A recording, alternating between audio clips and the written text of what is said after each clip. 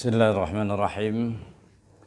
Assalamualaikum warahmatullahi wabarakatuh. Allahumma salli ala nabiyil hasimi Muhammad wa ala alihi wa sallim taslima. Allahumma salli ala nabiyil hasimi Muhammad wa ala alihi wa sallim taslima. Allahumma salli ala nabiyil hasimi Muhammad wa ala alihi wa sallim taslima. Alhamdulillah wassalatu wassalamu ala Rasulillah Sayyidina Muhammad ibn Abdillah wa ala alihi wa sahbihi wa mawalah. La hawla wa la quwata illa billah, amma ba'd. Alhamdulillahi rabb. Qul a'udzu birabb lam yalid wa lam yulad la haula wa la quwwata illa billah. Rabbighfirli wa habli ridhaka wa mahabbataka wa ma'rifataka wa ihsanaka wa ghufranak ilahan wahidan wa rabban syahidan wa nahnu lahu muslimun wa nahnu lahu abidun wa nahnu lahu mukhlisun. Shadaqallahul azim. Hadirin pemirsa radio JIC yang insyaallah dirahmati Allah Subhanahu wa taala. Kali ini dalam rangka untuk mengisi akhir zaman kekosongan iman, mari kita sama-sama kita samak dengan tauhid, artinya dahsyatnya kalimat la ilaha illallah. Dulu saya pernah bertanya dan merenung,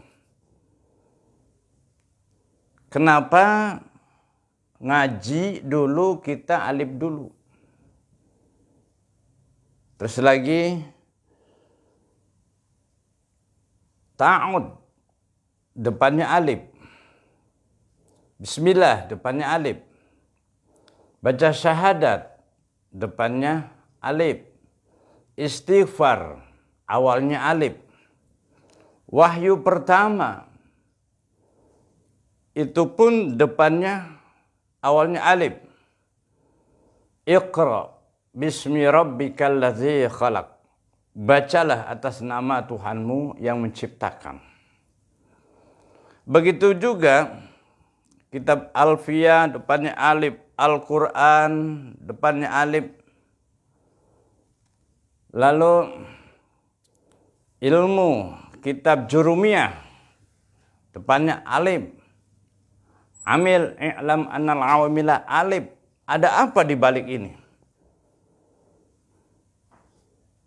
Ternyata alif ini mempunyai arti daripada al-iman. Rasulullah sallallahu alaihi wasallam bersabda, ya Rasulullah, ayyul a'malu afdalu.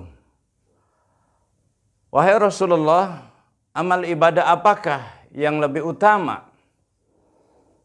Lalu Nabi menjawab, qala al-ilmu billah, ilmu tentang Allah. Artinya ilmu tentang keimanan, ketauhidan. Iman depannya alif, Islam depannya alif, ihsan depannya alif, mempunyai arti al-iman. Alif ini sandi daripada lambang qadi Allah. Kalau kita urut, ada apa nama di balik nama Allah yang terdiri daripada alif, lam, ha. Nah, hadis sekalian, kalau kita rujuk di dalam kitab Jurumiyah, al-kalamu wal lafdul murakabul mufidu bil wad'i waqsamu salah satun ismun wa fi'lun wa harfun ja'alil makna. Utawi kalam, ya kalam itu lafad, murakab tersusun, mempunyai makna yang terdiri daripada ismun, fi'lun, harfun.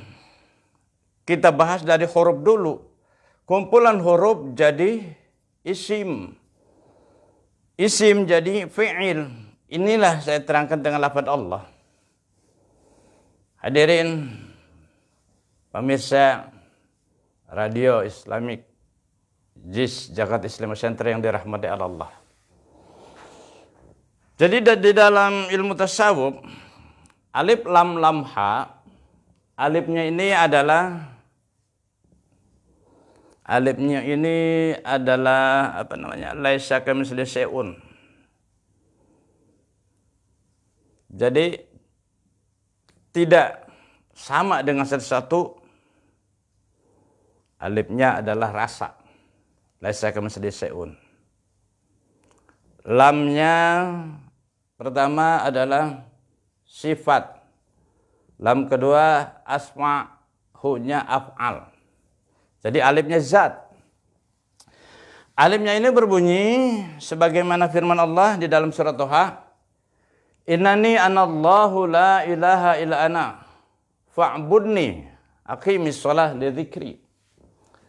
Aku adalah Allah yang tiada Tuhan selain aku, maka sembahlah aku dan dirikan solat untuk mengingatku. Diawali dengan alif. Iqra alif. Hadirin sekalian, keakuan Allah di sini adalah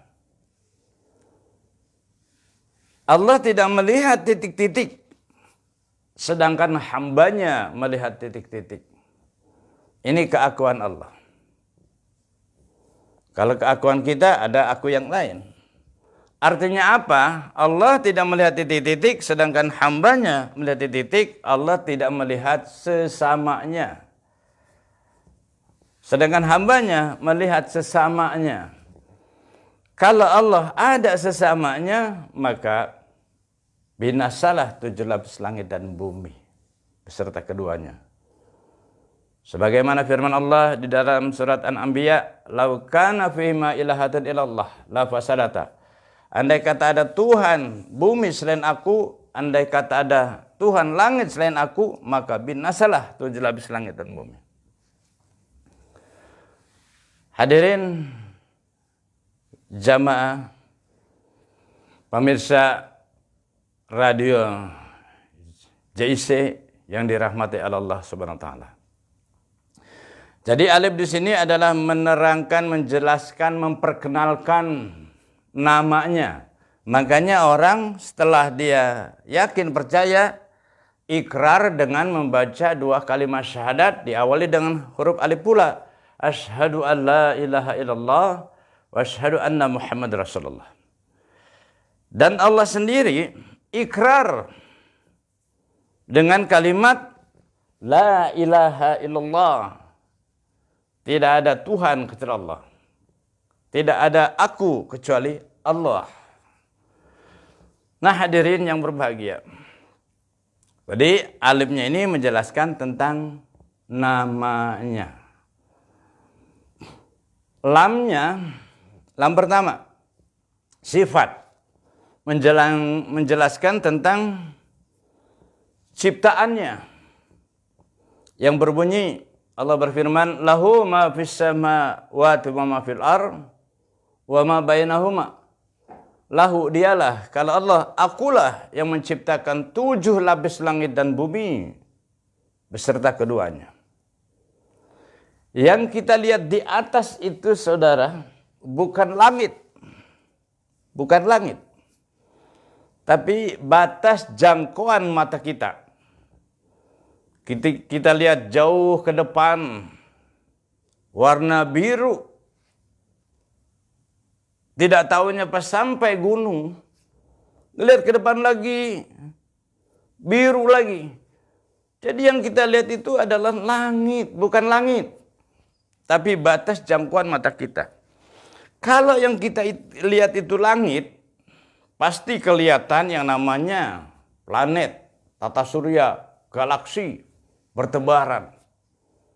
Namun kita tidak bisa melihatnya.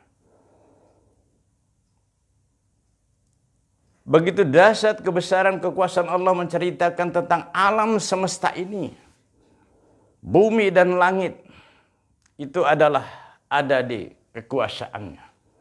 Makanya orang yang tafakkaru fi khalqillah wala tafakkaru fi dzatillah. Fikirkan tentang ciptaanku dan jangan memikirkan aku.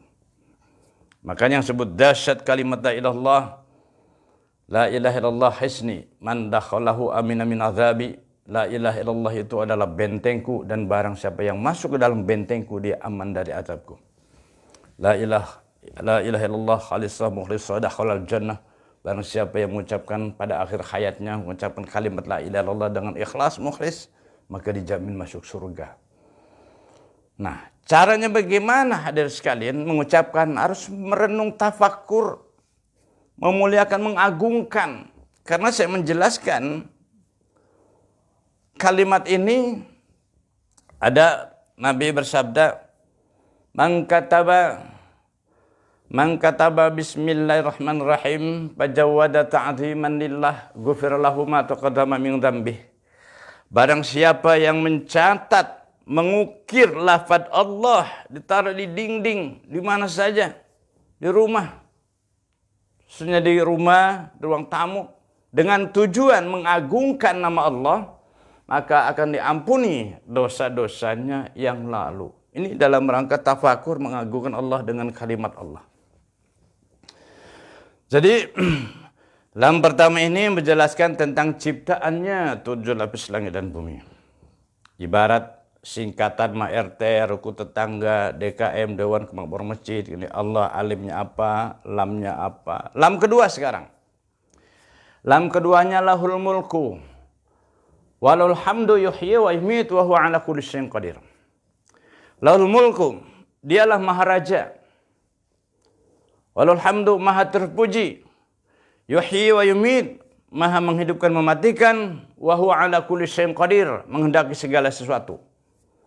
Apa yang dimaksud lahul mulku maharaja?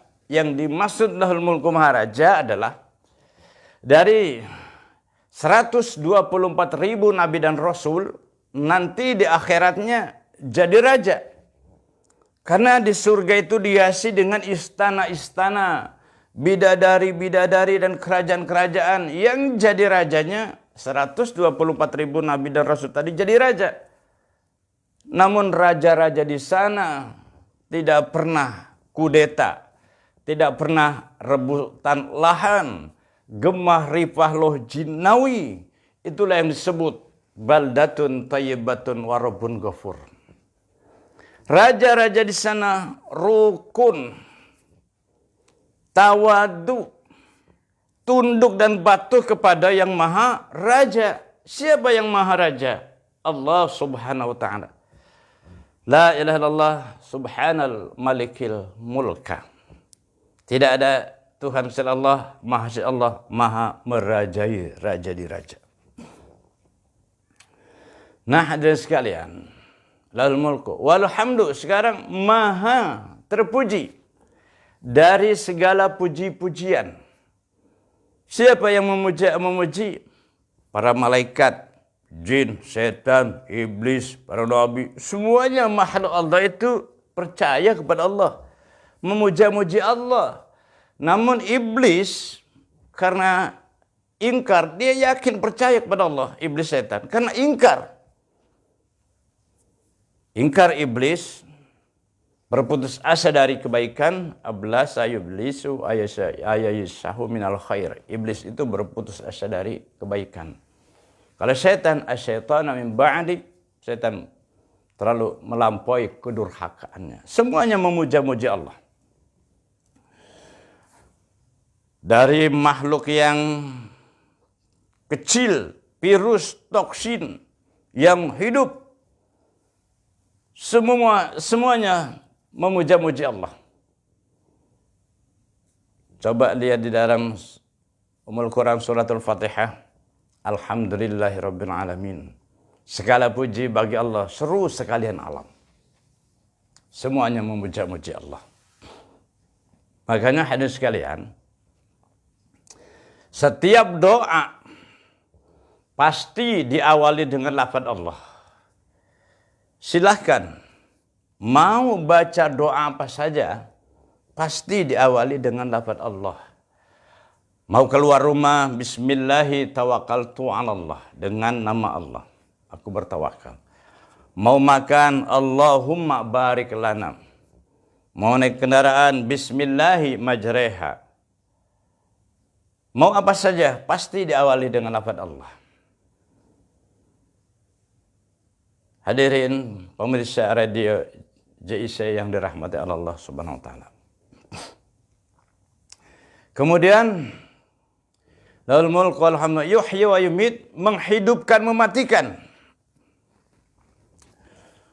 Dari hambanya yang terkecil, tafsir semua yang terbesar, malaikat Israel, semuanya mati. Dan nanti di akhirnya dihidupkan. Wa huwa ala kulli syai'in qadir, dan dialah Allah menghendaki segala sesuatu. Kemudian ke huruf H-nya. Kita ambil simpel saja. Hanya ini adalah af'al. Zat, sifat, asma, af'al. Pembuktian kebesaran Allah. Huwal awwalu wal akhir wal zahir wal batin, dan seterusnya. Apa yang dimaksud huwal awwalu wal akhiru? Dialah Allah maha awal dan maha akhir. Yang dimaksud maha awal dari ciptaannya. Dari yang tidak ada menjadi ada. Maha akhir, kiamat. Diciptakan 7 lapis langit dan bumi yang tidak ada menjadi ada, ini maha awal. Maha akhir, kiamat hancur-hancuran. Kalau kita larikan huwal awal wal maha awal maha akhir kepada Allah itu sendiri, enggak ketemu. Karena Allah sifatnya adalah la ilaha illallah subhanal awwalil qadim. Tidak ada Tuhan kecuali Allah. Maha awal dan maha terdahulu. Maha awal tidak ada yang mengawali, maha terdahulu tidak ada yang mendahului. Terus lagi di situ ada Asmaul Husna wal zahir wal batin. Dialah Allah yang maha zahir, maha nampak. Sebelum adanya alam semesta ini, Allah maha nampak. Kemudian kalau kita memahami setiap yang ada, pasti ada yang menciptakan. 7 lapis langit dan bumi, maha nampak. Setiap yang ada, pasti ada yang menciptakan. Maha zahir, maha rahasia adalah hati kita. Innamal a'malu binniyat. Kalau hati kita ini, kita ketahui oleh sesama kita, teman kita, bisa 2 kejadian. Bisa rukun, bisa ribut. Oh, Pak Ustadz itu baik. Oh, orang ini baik. Orang rukun pada kumpul. Kalau orang ini umpamanya jahat, tahu yang lain jahat, bisa ribut.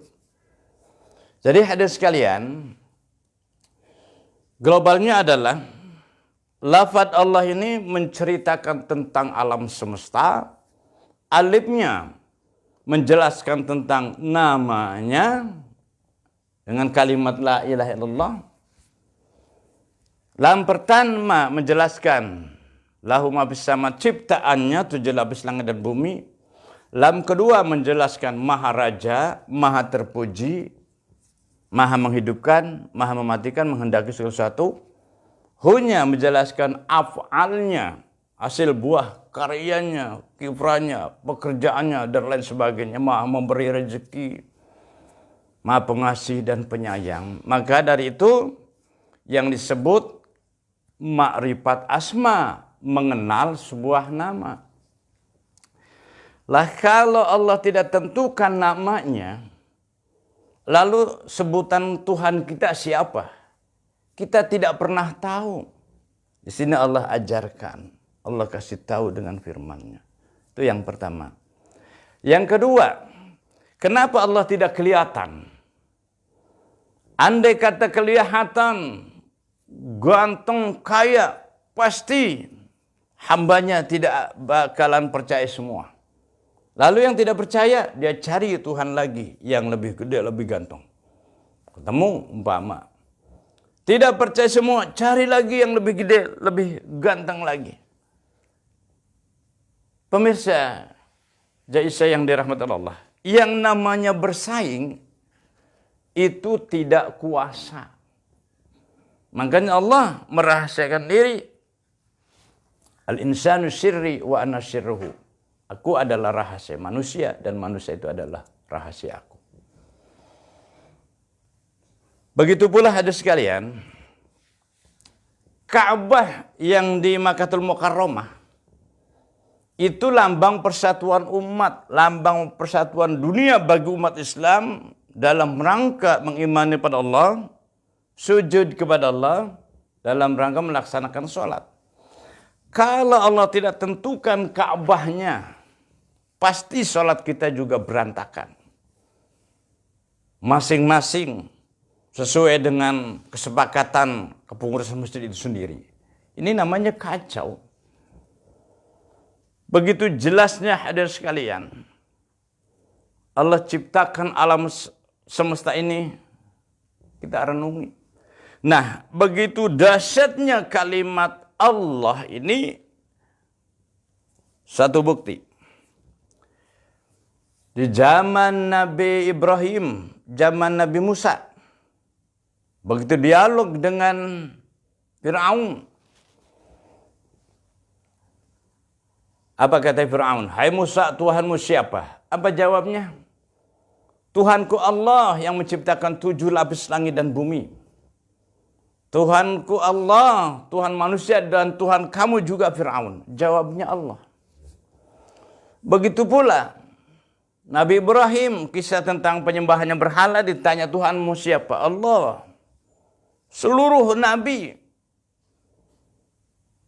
mengaku Tuhannya adalah Allah. Begitu pula waktu terjadinya peristiwa Nabi Muhammad dikejar-kejar Da'sur, mau dibunuh dengan pedangnya. Begitu pas sampai dekat Nabi Muhammad diancungkan pedang. Siapa Tuhanmu Muhammad? Tuhanku Allah. Gemetar badannya Da'sur, jatuh pedangnya, disambar, diambil balik, diancungkan lagi. Hai Da'sur, Tuhanmu siapa? Lata Uzza. Jadi begitu dahsyatnya kalimat Allah, la ilaha illallah. Dari perjuangan dulu sampai sekarang tetap sekali la ilaha illallah, tetap la ilaha illallah. Itu yang disebut makrifat asma. Hadirin pemirsa Radio Islamic Center Jakarta Utara yang dirahmati Allah Subhanahu wa taala. Inilah yang disebut keimanan kita dulu, begitu menyebut nama Allah kosong dari pemahaman tadi. Sekarang begitu nyebut nama Allah yang saya ceritakan tadi sudah berbobot. Sebagaimana nabi-nabi terdahulu.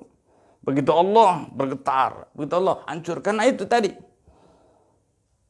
Man kataba bismillahirrahmanirrahim fajawwada ta'zimanillah ghufira lahu ma taqaddama min dzambih. Barang siapa yang mencatat, memajang lafaz Allah dengan tujuan mengagungkan nama Allah, maka akan diampuni dosanya, dosa yang lalu dan dosa yang akan datang. Nah, hadirin sekalian, semoga apa yang saya sampaikan ini akan menambah keyakinan kita begitu dahsyatnya ciptaan Allah. Tinggal kita mengimani secara yakin menjadi rukun iman yang kuat. Dan sholat kita juga harus diperbaharui. Iman kita ini menyangkut ke masalah keimanan. Dalam rangka tema ini, memperbaharui keimanan. Jadidu imanakum kaifa nujaddidu imanan ya Rasulullah. Perbaharui iman kamu. Bagaimana kami memperbaharui kami ya Rasulullah? Aksiru biqauli la ilallah. Nah, salat kita menyangkut masalah keimanan ini, kiblatnya itu ada 3. Kiblat yang pertama, kiblat badan menghadap Ka'bah. Kalau kita menghadap kiri kanan kan tidak sah. Kiblat yang kedua, mata fokus tempat sujud. Tidak boleh kiri kanan, batal. Nah, yang ketiga, kiblat hati, la salata illa bi huduril qalbi. Tidak disebut salat kecuali dengan hadirnya hati. Di luar salat, kiblat Ka'bah tidak ada lagi, kiblat Madinah sudah tidak ada, namun hati tetap ngiblat. Ini namanya ihsan. Itu saja yang dapat saya sampaikan. Mudah-mudahan bermanfaat, menambah keimanan keyakinan kita, menambah kekokohan keyakinan di dalam ibadah. Kurang dan lebihnya ma'amintu min khairi fa minallah wa min syarri fa minan nafsi. Kebaikan itu datangnya dari Allah, sedangkan keburukan dari nafsu kita sendiri. Akhirul kalam, billahi taufiq wal hidayah. Wa fu minkum. Wassalamualaikum warahmatullahi wabarakatuh.